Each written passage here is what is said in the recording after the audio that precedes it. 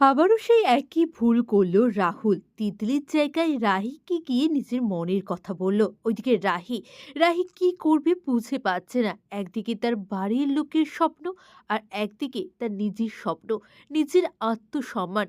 এর মাঝখানে সে, ওইদিকে রাহুল বাড়ির লোকের কথা শুনে, তার বাবার কথা শুনে সে তো চমকে গেল যে বাবা এটা কি বলছে। 4-5 বছর আমার বিয়ে নিয়ে কেউ কথাই বলবে না, তাহলে আমি তিতলিকে পাবো না? তিতলি কি অন্য কেউ বিয়ে করে নেবে? এতটাই তিতলিকে ভালোবাসে রাহুল, এতটাই অবসেসড সে, যে সে তিতলির পাশে অন্য কাউকে দেখতে চায় না, দেখতে পারবে না। ওদিকে রাহুলের বন্ধুরা বলল যে তোর সাথে কিন্তু ওই রাহির অন্য একটা জন্মের সম্পর্ক ছিল।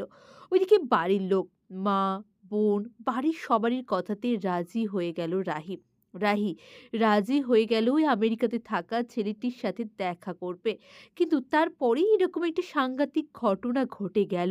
হ্যাঁ, রাহুল এলো তিতলির কাছে নিজের মনের সব কথা বলতে এবং তিতলিকে বোঝাতে, যাতে সেই কয়েকটা দিন অপেক্ষা করে, রাহুলকে একটু সময় দেয় তার যোগ্য হয়ে ওঠার। কিন্তু এর মাঝখানে রাহুল সমস্ত কথা রাহিকে বলল, তিতলিকে না।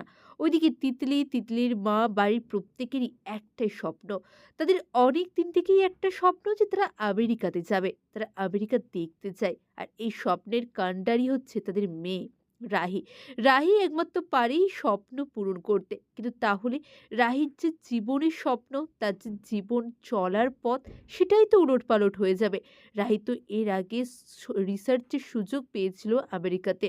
কিন্তু সে রিসার্চ করতে যায়নি, কারণ সে নিজের দেশকে, দেশে থেকে নিজের দেশকে এনরিচ করার কথা ভেবেছিল। কিন্তু এবারে কি হবে?